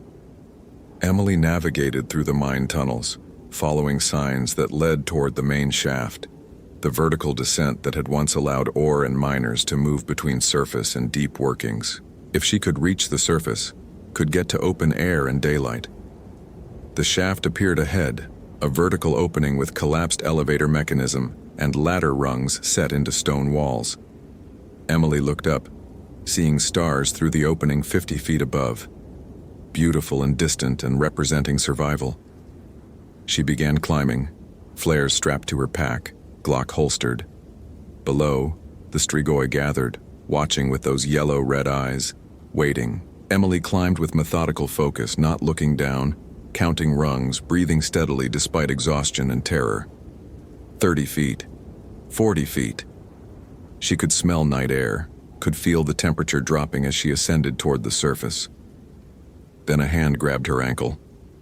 Emily looked down. One of the Strigoi had begun climbing, moving with impossible speed, scaled the shaft in seconds that should take minutes. Its grip was ice cold and unnaturally strong, fingers wrapped around her leg like steel bands. Emily kicked, slamming her free boot into the Strigoi's face. It didn't release. She kicked again, frantically, knowing that if it pulled her down she was dead. Her daughters would grow up without their mother, and these things would continue hunting in Glacier's backcountry. Her boot connected with the Strigoi's eye socket. The thing's grip loosened fractionally. Emily pulled a flare, struck it one-handed, thrust it directly into the Strigoi's face. The entity shrieked, released her leg, fell backward into darkness. Emily heard it hit the shaft bottom 50 feet below, heard bone impact stone with sounds that should kill anything living. But the Strigoi weren't living. Emily climbed faster, hearing multiple entities ascending now, coordinating their pursuit. She reached the surface at 1:30 a.m., pulled herself over the shaft rim, rolled away from the opening. The Strigoi emerged seconds later, 3 figures rising from the mine shaft like bodies floating to the surface of still water. They stood in the night, circling Emily, no longer pretending to be human, jaws unhinging to show those multiple rows of teeth, hands extending to reveal fingers too long and tipped with yellow nails. Emily had 1 flare remaining. She struck it, holding the fire between herself and the closest entity. "Fire burns us," the lead Strigoi said, its voice carrying something like respect. "But you run out of fire. We never run out of hunger." It was stating fact, not threatening. Emily stood in the Montana darkness, 3 undead Romanian miners surrounding her, armed with a flare that would burn for 12 more minutes. The nearest help was hours away. Her radio was compromised. Her daughters were sleeping in Kalispell, unaware their mother was fighting for her life against folklore made real. Emily thought about Mark, about the promise she'd made at his funeral, that she'd be there for their girls, that she'd come home. She thought about Nathan Drake, who'd run and died alone. She thought about Catherine Chen, missing and never found, probably consumed by these same entities years ago. Then she thought about something Tom had said earlier. Weather's changing. Emily pulled out her GPS, checked her position. She was standing less than a quarter mile from the edge of the Continental Divide, where Montana's autumn storms gathered force before sweeping down eastern slopes. She started walking, flare held high, heading upslope toward the divide. The Strigoi followed, maintaining distance from the fire but pacing her movement, patient. You climb, but there's nowhere to go. This is our territory, not all of it, Emily said, surprising herself with the steadiness of her voice. You claimed the forest, the mine, but not the high country. She kept climbing, exhaustion making each step agony, cold wind cutting through her ranger jacket. The Strigoi followed, their confidence showing in their casual pace. They knew Emily was running out of options, knew the flare would die soon. Emily reached the divide at 2:15 a.m., standing on a narrow ridge where wind howled with freight train force, where clouds built into towering formations that would soon release the season's first major snow. Her flare had 3 minutes of burn time remaining. Last chance, the lead Strigoi said, close enough now that Emily could smell it. Decay and earth and something chemical, like preservatives failing to prevent rot. Join us. We remember being alive. Remember families. Remember fear. We can make it stop. Emily understood the offer. Transformation instead of death. Become one of them. Join their pack. Hunt in these mountains for decades or centuries. Never feel fear or loss or the weight of survival again. It was almost tempting. But Emily thought about Sarah and Emma, about being the thing that stalked them if she accepted transformation, about becoming the entity that killed Nathan Drake instead of the ranger who tried to save him. No, Emily said simply. She threw the flare over the edge of the divide, watching it tumble down the eastern slope, a diminishing point of light falling into darkness. The Strigoi moved forward, confident now that Emily's fire was gone. Then lightning struck. The storm front, building pressure all evening, finally reached critical mass. Lightning forked across the sky in brilliant branches, striking the divide with voltage that made Emily's hair stand on end. Thunder followed instantly, concussive force that made the ground shudder. The Strigoi screamed. Lightning struck again, closer, drawn by the altitude and exposed rock. One bolt connected directly with the lead entity, electricity flowing through dead flesh, incinerating it from within. The Strigoi exploded into ash and fragments, destroyed by natural fire more powerful than any flare. The remaining two entities fled, disappearing down the western slope, retreating into forest away from the divide's exposure. Emily stood in the lightning storm, alive by chance or miracle, exhausted beyond measure. She activated her radio. The storm's interference would mask any Strigoi attempts to intercept. Tom, this is Emily. I'm on the Continental Divide north of Hidden Lake. Request immediate evacuation and backup. Multiple hostiles in the area. Drake is deceased. I need extraction. Tom's response was nearly lost in static. Emily? Jesus, we've been trying to reach you for hours. Helicopter is inbound, ETA 30 minutes. Can you hold position? Affirmative. Holding position. Emily sat down on cold rock, letting exhaustion claim her. Trusting that help was coming, that she'd see her daughters again, that she'd survived because she'd understood something Nathan Drake hadn't. The Strigoi could hunt in forest and mines and darkness, but they were vulnerable in exposed places where nature's violence exceeded even undead predation. The helicopter found her at 3:45 a.m., searchlight cutting through the storm, winch lowering to pull her to safety. Emily grabbed the rescue line, letting herself be lifted from the divide, from the territory where dead miners hunted the living, from the backcountry that had tried to keep her forever. At the hospital in Kalispell, doctors treated her for exposure and exhaustion. Park administration debriefed her, asking careful questions about what had happened. Emily told them most of the truth. Nathan Drake's body was in the clearing, killed by something she'd encountered. Entities that matched descriptions from European folklore, hostile and intelligent, and still at large. The official report classified it as an animal attack. Cause unknown, investigation ongoing. Hidden Lake was closed indefinitely, the abandoned mine shafts sealed with concrete and steel, warning signs posted about dangerous wildlife, though the real danger was never specified. Emily took medical leave, spending October with Sarah and Emma, attending school plays and soccer games, relearning how to be a mother instead of a ranger. But she kept Nathan's photos on her encrypted drive, kept copies of his journal entries and her research about Strigoi. In December, she received a letter from Romanian Orthodox Church in Denver. A priest had heard about the glacier incident through unofficial channels, wanted to discuss proper protocols for dealing with Strigoi incursions. The letter included prayers in Romanian, instructions for creating blessed items, contact information for others who'd encountered similar entities. Emily met with Father Ionescu in January, learning that the Strigoi weren't isolated to Glacier, that similar entities existed in wilderness areas across North America, where Eastern European immigrants had died and been buried without proper Orthodox funerary rites. The Church had been tracking these manifestations for decades, quietly intervening when possible, losing believers when intervention failed. "You survived," Father Ionescu told Emily, "because you understood that territory matters. Strigoi are tied to the place they died. They can't leave, can't abandon their claim. All you could do was find the edge of their territory and step beyond it." Emily nodded, thinking about the continental divide, about lightning as natural fire, about how thin the line was between survival and becoming another missing person statistic. She returned to work in March, requesting transfer to Glacier's administrative division. She still coordinated searches, still reviewed missing persons cases, but she didn't go into the backcountry anymore. Couldn't go, not after Hidden Lake, not after seeing what hunted there. Other rangers noticed the change. Whispers started about Emily losing her edge, about trauma making her ineffective. She didn't argue. Let them think she was broken.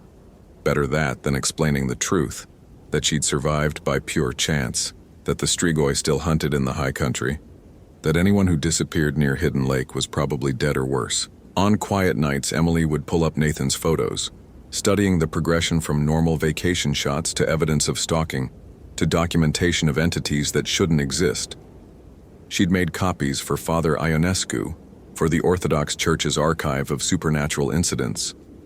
But she kept the originals, reminder of the case that had taught her the most important lesson. The wilderness contained more than weather and wildlife, and some territories belonged to the dead who refused to release their claim.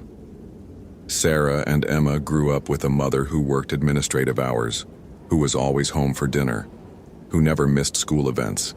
Emily considered it penance and privilege.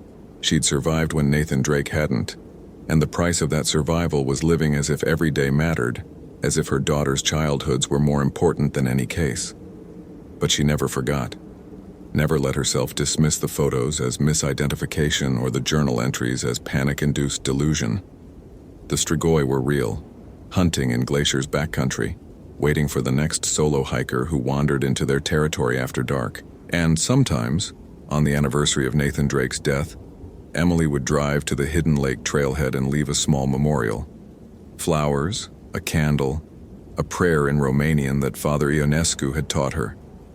Not for Nathan specifically, though he deserved remembering, but for all the missing people who'd encountered the Strigoi over the decades, all the families who never knew the truth about what had killed their loved ones.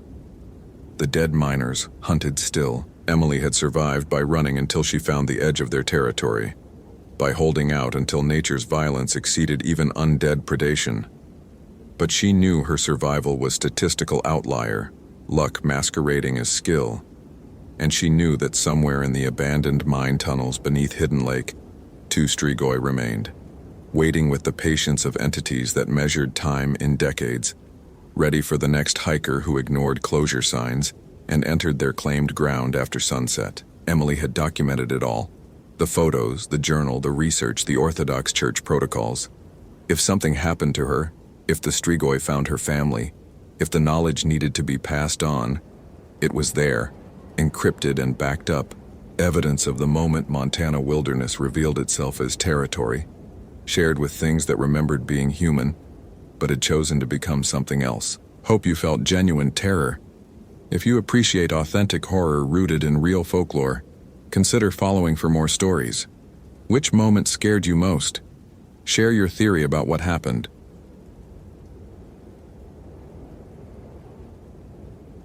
Lisa Hoffman saw the hands come through the stone. She'd been following Connor Burke through the lower cave section, their headlamps cutting narrow beams through darkness that felt ancient and absolute. Connor was 20 feet ahead, pointing out a formation of soda straws that had taken millennia to form, his voice echoing off limestone walls. Lisa was trying to memorize everything.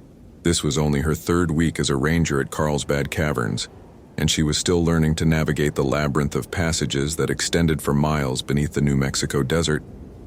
Then Connor stopped mid-sentence, his headlamp fixed on something at his feet. "That's strange," he said, crouching to examine the cave floor. "This fissure isn't on the survey maps." Lisa moved closer, her own light joining his to illuminate a crack in the limestone, perhaps 6 inches wide and running perpendicular to their path. It looked fresh, the edges sharp and clean, without the smoothing that water would have created over geological time. "Should we report it?" Lisa asked.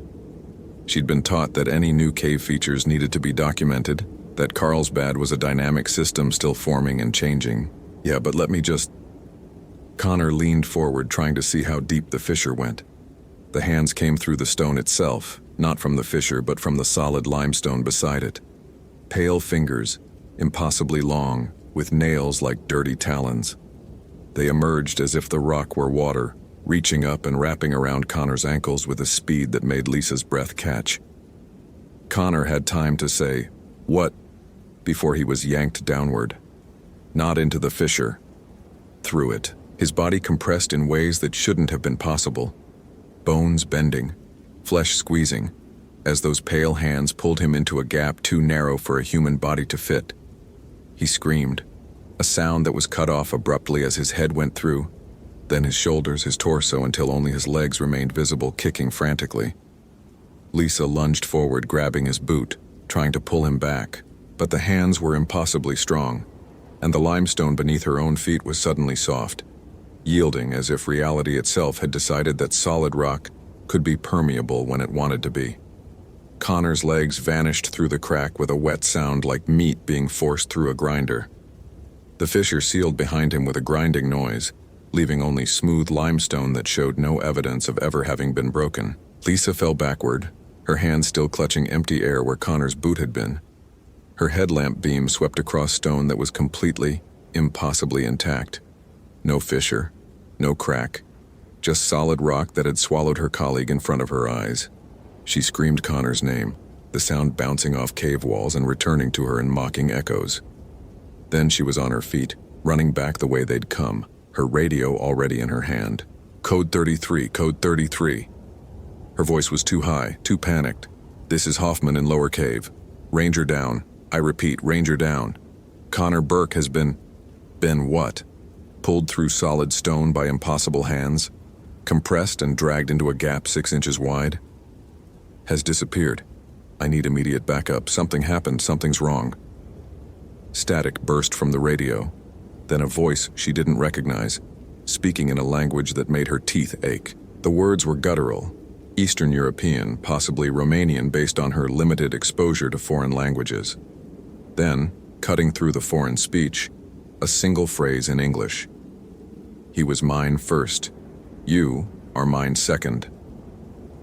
Lisa switched off the radio with shaking hands. She was still running, her headlamp beam bouncing wildly off stalactites and flowstone formations. The trail markers, reflective tape placed every 50 feet, guided her back toward the elevator that would take her to the surface, to safety, to a world where solid rock stayed solid. She'd covered maybe 200 feet when she heard the sound behind her. Footsteps on stone, too heavy to be natural, accompanied by breathing that was wet and labored, as if damaged lungs were struggling to process air. Lisa didn't look back. She ran faster, her lungs burning from the exertion and the constant 55-degree temperature of the cave. Her Petzl headlamp flickered, the battery dying despite being fresh that morning. The darkness pressed in from all sides, broken only by that failing beam of light. The elevator was ahead. She could see the steel doors, the modern intrusion into this ancient place. Lisa hit the call button and immediately heard the mechanism engage, cables pulling the car up from somewhere deeper in the cave system. It would take 60 seconds to arrive. 60 seconds where she stood in the open, exposed, with those footsteps getting closer. 45 seconds. The breathing was louder now, close enough that she could hear individual gasps and rattles. 30 seconds. Lisa pressed herself against the rock wall beside the elevator doors, trying to become invisible. Her headlamp switched off to avoid giving away her position. The darkness was total, absolute in a way surface darkness never was. In this cave, light had never existed naturally. The darkness was the default state. 15 seconds. Something moved past her hiding spot. She felt the displacement of air, smelled something like old earth and decay, a shadow darker than the surrounding darkness, human-shaped but wrong in its proportions, the head too large, the limbs too long. The elevator dinged its arrival. The doors slid open, spilling artificial light into the cave. Lisa lunged for the opening, and as she did, something grabbed the back of her ranger jacket. She felt fingernails tear through the fabric, scraping across her skin with enough force to draw blood. Lisa threw herself forward, the jacket tearing free. She hit the elevator floor, slapping the button for the visitor center as the doors began to close. In the narrowing gap, she saw it clearly, a figure, unmistakably human in origin, but transformed by something that had nothing to do with natural processes. It had been a man once.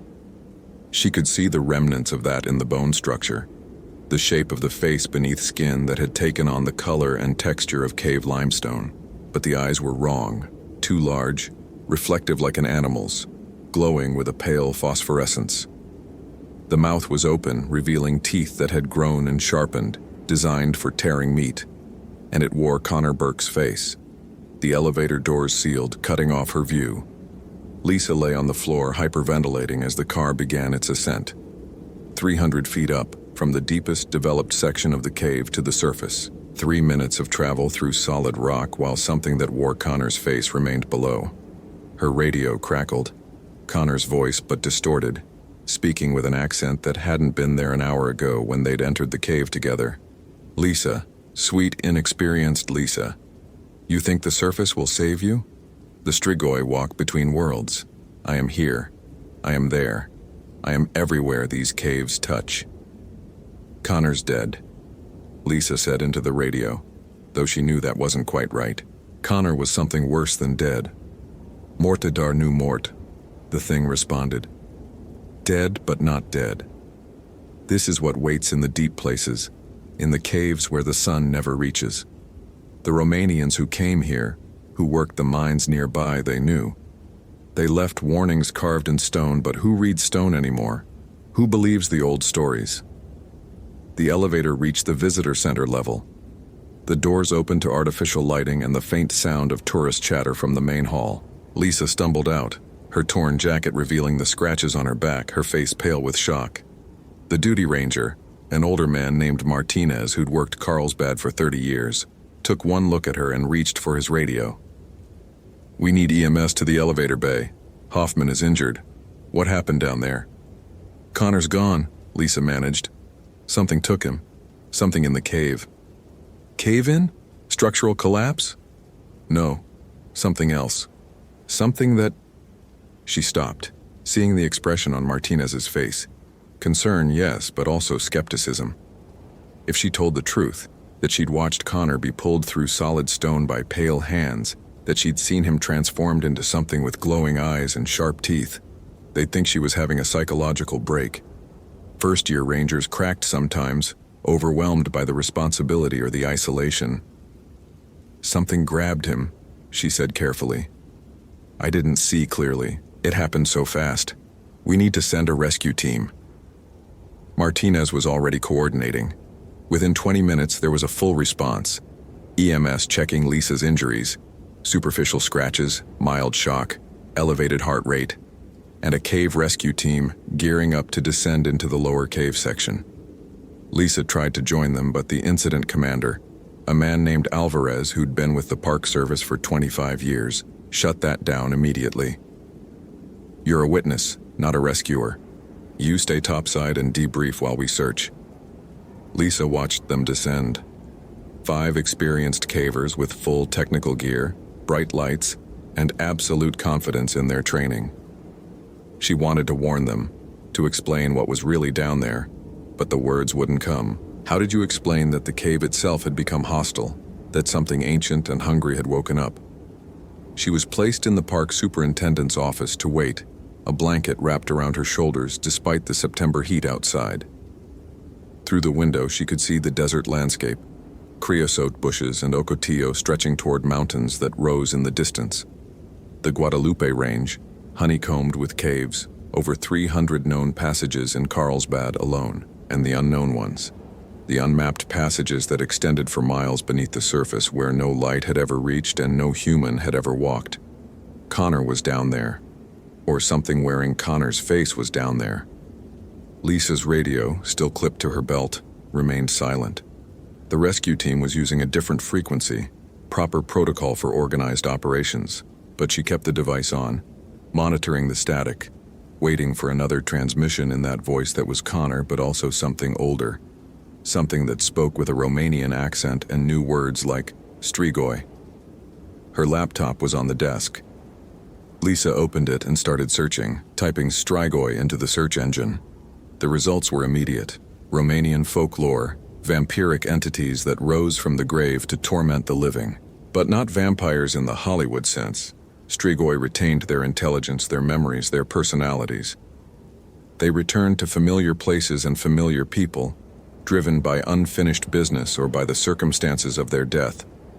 And they were specifically associated with caves in some regions. The old stories talked about strigoi that lived in underground places that avoided sunlight not because it harmed them, but because they preferred the darkness, the cold, the separation from the living world. Lisa clicked through academic papers, anthropology journals, anything that treated the folklore seriously rather than as entertainment. One article, written by a Romanian ethnographer, caught her attention. The strigoi of the deep, cave-dwelling revenants in Carpathian tradition. She skimmed the text, her hands shaking as certain phrases jumped out. Transformation occurs rapidly, within hours of death. Maintains victims' memories and speech patterns. Capable of drawing others into the cave system through supernatural means. Marks territory by leaving physical evidence on limestone surfaces. Lisa closed the laptop and grabbed her flashlight, heading for the service tunnels that connected the visitor center to the various cave entrances. Martinez tried to stop her, but she pushed past him, running down the maintenance corridor until she reached the natural entrance. The original way into Carlsbad, a massive opening in the mountainside that had been used by bats for millennia before humans ever explored the caves. The opening was gated during this time of year to protect hibernating bats, but Lisa had keys. She unlocked the gate and stepped through, her flashlight beam cutting across the massive entrance chamber. The walls here were covered with historical graffiti, names and dates going back to the 1800s when cowboys and miners had first explored the caves. But there were older marks too, ones that weren't on the historical tour. Lisa had noticed them during her training but hadn't understood their significance. Now she did. Carved into the limestone, partially obscured by newer graffiti, were symbols. Crosses with additional lines extending from the cardinal points, circles with stars inside, and words in a language she now recognized as Romanian. Aici locuiesc morții care umblă. Here dwell the walking dead. Închide piatra când soarele apune. Seal the stone when the sun sets. Ei vorbesc cu vocea celor pe care i-au luat. They speak with the voices of those they've taken. Lisa photographed the symbols with her phone, her breath misting in the cave's cool air. Someone had known. Miners, probably. Romanian immigrants who'd come to work the nearby potash mines in the early 1900s. They'd found something in these caves, something that matched their old folklore, and they'd left warnings. Warnings that had been ignored, painted over, dismissed as superstition. Her phone buzzed. A text message, somehow getting signal despite being inside the cave entrance. Unknown number. They're coming up now. The rescue team. But they're bringing something with them. Lisa's blood went cold. She ran back toward the visitor center, emerging just as the elevator dinged its arrival. The doors opened and the rescue team stumbled out, 4 men supporting a 5th who was unconscious. Their team leader, a man named Rodriguez, was pale beneath his helmet. "We found him," Rodriguez said. "Connor Burke. He's alive, but unresponsive. There's something wrong with him, something." They had Connor on a stretcher now, and Lisa could see his face. His eyes were closed, his skin the same pale limestone color she'd seen on the creature in the cave. His chest rose and fell with breath, but the breathing was wrong, too slow, too shallow, as if his lungs barely needed oxygen anymore. "Where's the 5th team member?" Martinez asked, counting the rescuers. Rodriguez looked confused. "5th? There were 4 of us: Jenkins, Alvarez, Morrison, and me. The roster showed 5 names. Must be a clerical error. We only sent 4 down." But Lisa had watched 5 people descend. She was certain of it. 5 people had gone into the cave, and only 4 had come back. The missing rescuer's name was Patterson. Lisa found it on the deployment roster, written clearly in Martinez's handwriting. But when she asked Rodriguez about Patterson, the team leader looked at her like she was speaking nonsense. "There's no Patterson on the cave rescue team. Never has been." Lisa pulled up the duty roster on the computer system. Patterson's name was there, had been there when she'd looked 20 minutes ago. But now as she watched, the letters began to fade, pixels on the screen rearranging themselves until the name was gone entirely, replaced by a notation: "Roster error, entry deleted." Reality was changing. Something in the cave was reaching up through layers of stone and time, rewriting the present to eliminate evidence of its feeding. Connor was taken to the medical clinic on site, a small facility designed to handle tourist injuries and minor emergencies. The doctors were baffled by his condition. He was cold, far colder than a living body should be, but his heart still beat with a slow, steady rhythm. His pupils didn't respond to light. His skin had taken on a texture that resembled limestone, rough and porous. Lisa stood outside the clinic watching through the window as they worked on him, and she saw the moment Connor's eyes opened. They glowed with that same pale phosphorescence she'd seen in the creature's eyes. Connor sat up, moving with sudden strength that sent the doctor stumbling backward. He turned his head, scanning the room, and his gaze locked on Lisa through the window. He smiled, revealing teeth that had sharpened, that looked designed for tearing flesh. Then he spoke, his voice carrying despite the closed window, despite the distance. "The transformation is incomplete.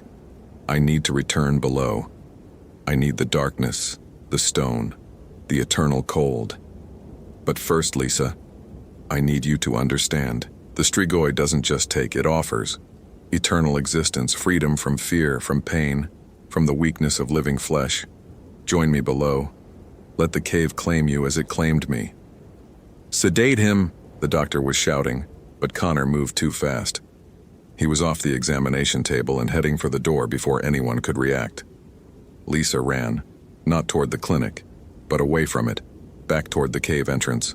She didn't have a plan. She had training that was 3 weeks old and experience that was basically non-existent. But she had one advantage. She'd seen the warnings, she'd read the folklore, and she understood something the others didn't. The Strigoi could be stopped. The Romanian texts had been clear on that. Fire was one method, complete immolation of the body. But there was another way, one more suited to a cave setting. Seal them below ground, trap them in darkness so complete that they couldn't find their way out. Lisa reached the natural entrance and grabbed the gate controls.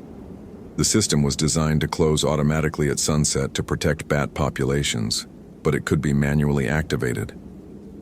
She hit the override, and the massive steel gate began to swing shut, powered by hydraulic motors. Connor appeared at the entrance to the maintenance tunnel, moving with that unnatural speed. His skin had grown paler, more stone-like, and his fingernails had lengthened into claws that scraped against the walls as he ran. "You can't seal me in," he said, his voice echoing. "The caves extend for miles. There are a dozen ways to reach the surface."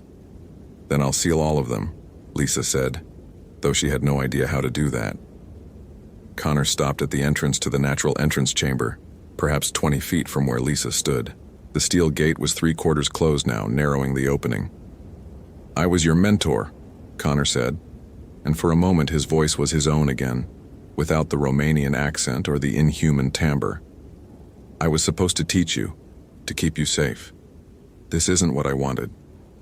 "What happened to you?" Lisa asked, keeping one hand on the gate control. "I woke something. When I examined that fissure, when I looked into the gap, I saw eyes looking back. Ancient eyes, and then the hands came through and they pulled me down and I died, Lisa. I felt my body compress, felt my bones break and my lungs collapse. I died in the darkness." "Then what are you?" "What the Romanians call strigoi, what other cultures call by other names. The thing that happens when someone dies in a cave, when their last thoughts are of the surface they'll never see again. The stone absorbs us, transforms us, makes us part of the cave itself. We become the darkness. We become the hunger that all caves have, the emptiness that wants to be filled." The gate was almost closed now, just a 2-foot gap remaining. Connor moved suddenly, covering the distance with impossible speed. His hand shot through the narrowing gap, claws extending toward Lisa's throat. She hit the emergency close button.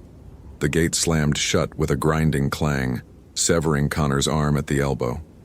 The limb fell to the ground, twitching, and began to crumble into limestone dust. On the other side of the gate, Connor screamed. A sound that was rage and pain and something older, a fury at being denied. Then his voice changed, speaking in Romanian, words that Lisa didn't understand, but that made her ears ring and her vision blur. She backed away from the gate, watching as the bars began to frost over despite the September heat. Ice crystals formed, spreading across the steel, and Lisa heard a grinding sound, the metal beginning to warp from supernatural cold. This wasn't over. Sealing the natural entrance wasn't enough. Connor had been right about that. There were dozens of ways to reach the surface from the cave system: the elevator, the service tunnels, the undeveloped passages that connected to other caves in the Guadalupe Range. Lisa ran back to the visitor center, finding Martinez on the radio coordinating the response to Connor's escape. "We need to seal every entrance," she said. "Every tunnel, every elevator shaft, every connection to the surface." "On what authority?" "On the authority of someone who's actually seen what's down there. Martinez, I know how this sounds. I know you think I'm in shock or having some kind of breakdown. But Connor Burke is dead and something is wearing his body, and if we don't seal these caves right now, it's going to reach the surface and it's going to spread." Martinez studied her for a long moment. Then he keyed his radio. "This is Martinez to all units. Emergency Protocol 7. Seal all cave entrances immediately. I want every gate closed, every elevator locked down, every tunnel blocked. This is not a drill." The response was immediate. Rangers and maintenance staff scrambling to execute the order. Lisa watched on the security monitors as gates swung shut, as elevators were disabled, as the cave system was systematically isolated from the surface world. But she knew it wasn't enough. The strigoi had existed in these caves for over a century, maybe longer. They'd learned patience, they'd learned to wait. Her phone buzzed again. Another text from the unknown number. The Romanian miners sealed themselves in 1903, when they realized what they'd awakened. 23 men trapped below with the strigoi. Their bodies are still down there. We wear them sometimes. We remember their lives. We speak with their voices. Lisa felt sick. "How many of you are there?" The response came immediately. "Enough. 23 miners. 5 tourists who got lost over the years. 2 rangers who went too deep into undeveloped passages. And now Connor. We grow stronger with each addition. Each body is a new voice, a new memory, a new way to lure the living below. What do you want?" "The same thing all strigoi want. To not be alone, to fill the emptiness. The caves are vast, Lisa. So much darkness, so much cold. We could use company." Lisa looked at the security monitors, at the sealed entrances, at the cave system that was now completely cut off from the surface. They'd bought time, but not safety. The strigoi could wait. They had eternity. But Lisa had an idea. It was dangerous, probably suicidal, but it was better than waiting for those things to find a way out.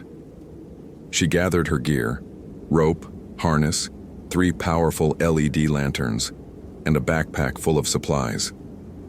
Then she went to the maintenance shed and found what she needed: 10 gallons of gasoline and a case of emergency flares. Martinez tried to stop her at the service elevator. "What are you doing?" "Finishing this. The Strigoi are trapped below, but they're not destroyed. They'll wait, and eventually someone will unseal the caves.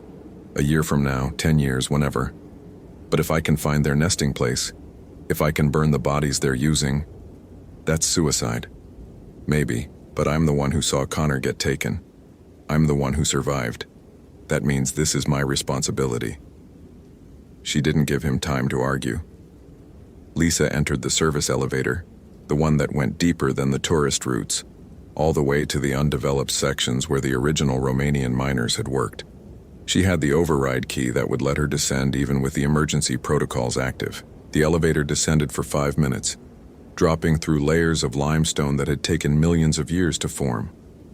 When the doors opened, Lisa stepped into a passage that had never been developed for tourism, a raw cave with no handrails or lighting, just stone and darkness and the sound of dripping water. Her LED lanterns pushed back the shadows, but they felt inadequate against the weight of all that darkness. Lisa consulted the map she'd printed from the cave survey database, a hand-drawn chart from 1903, showing passages the miners had explored and marked with Romanian notations.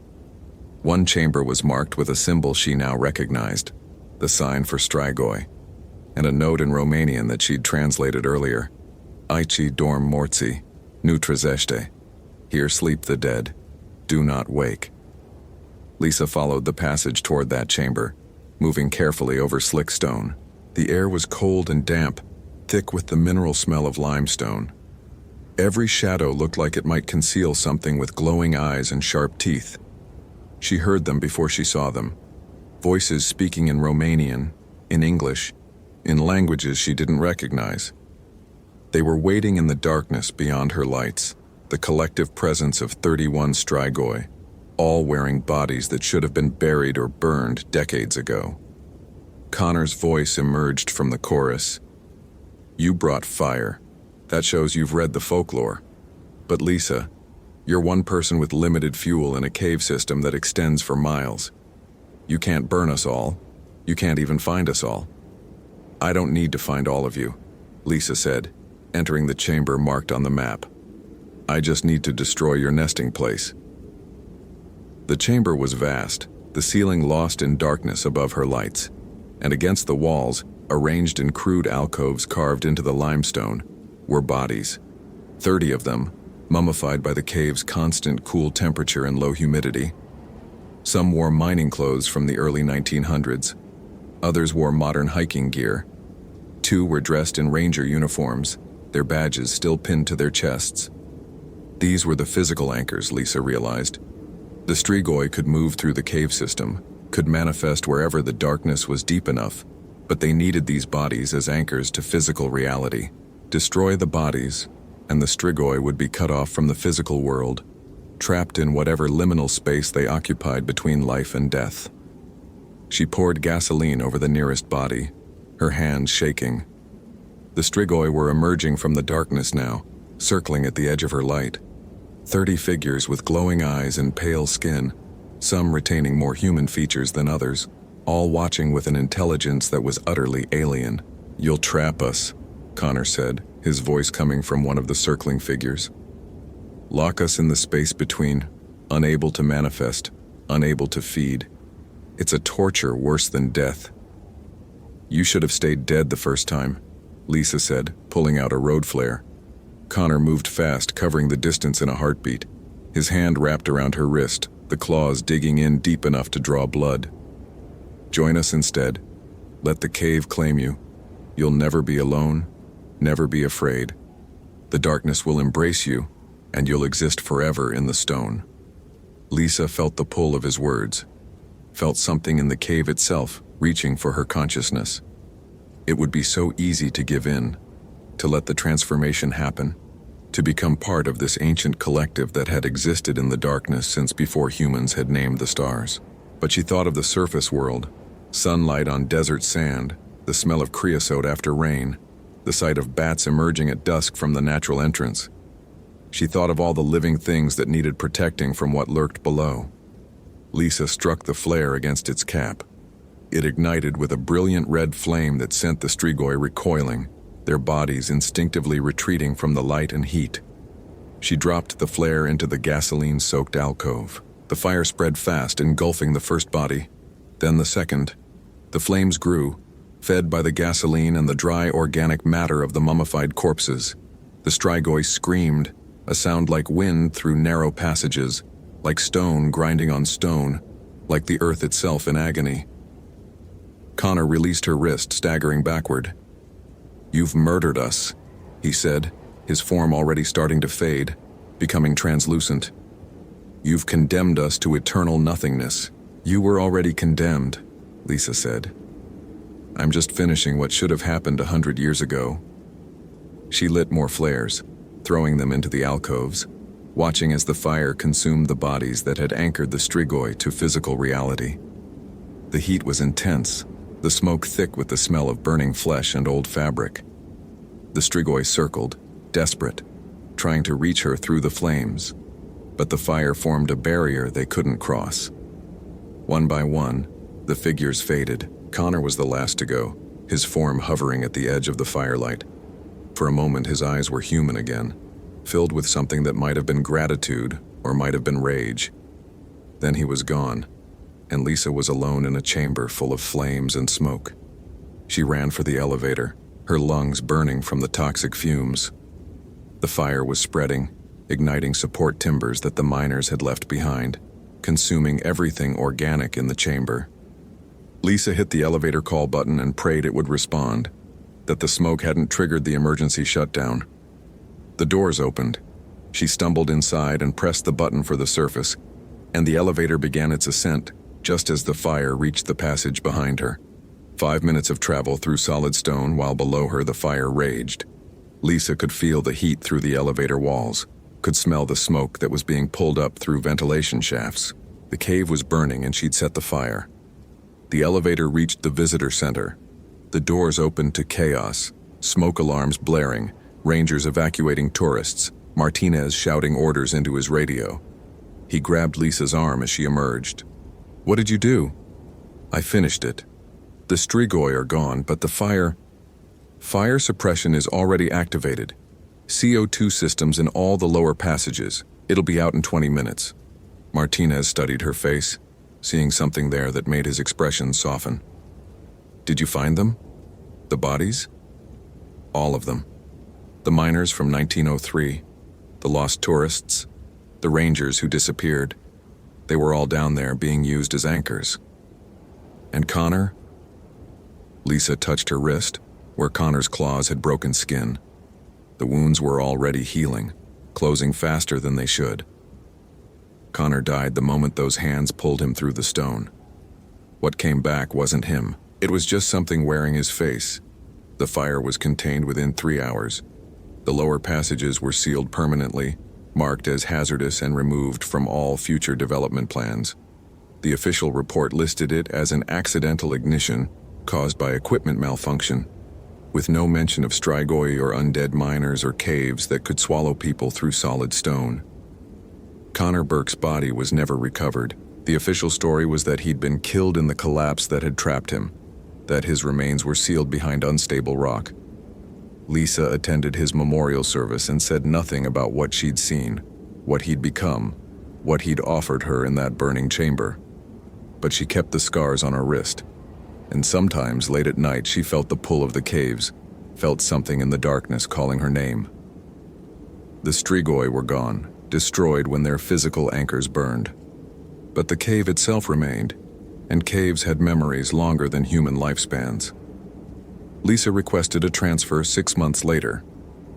She was sent to Yellowstone to work above ground where sunlight could reach every day, where winter was cold but temporary, where the only darkness was the kind that came with night and could be banished with a flashlight.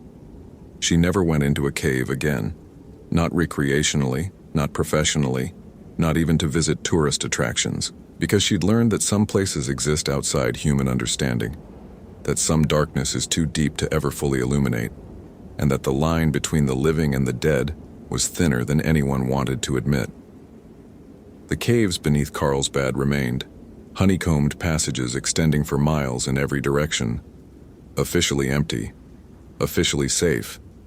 And Lisa Hoffman, who had been a ranger there for exactly 3 weeks and 4 days, never corrected that official position. Some truths were too dangerous to share. Some warnings needed to stay written in Romanian on limestone walls, waiting for someone who could read them and understand that the old stories existed for a reason. The caves kept their secrets, and Lisa kept hers. Hope you felt genuine terror. If you appreciate authentic horror rooted in real folklore, consider following for more stories. Which moment scared you most? Share your theory about what really happened to Patterson.